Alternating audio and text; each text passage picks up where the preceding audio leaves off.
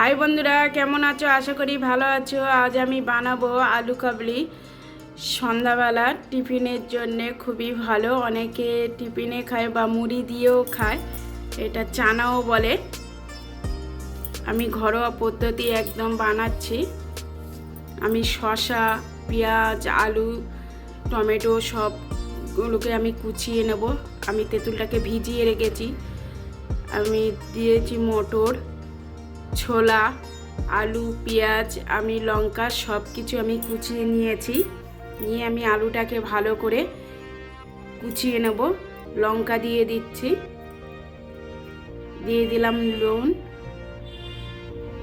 একটু লবণ দিয়ে দিলাম, বিট লবণ, স্পেশাল মশলা দিয়ে দিলাম, শসা আর টমেটো দিয়ে ভালো করে দিয়ে দেব ছোলা, মটর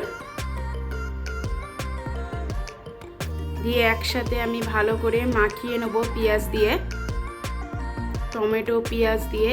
এবার দিয়ে দেব একটু তেঁতুলের জল,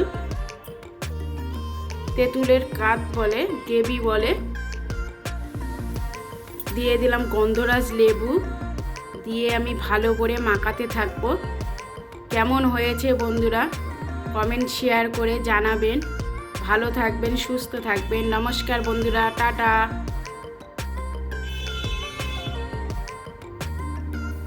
ভালো লাগলে কমেন্ট শেয়ার করবেন।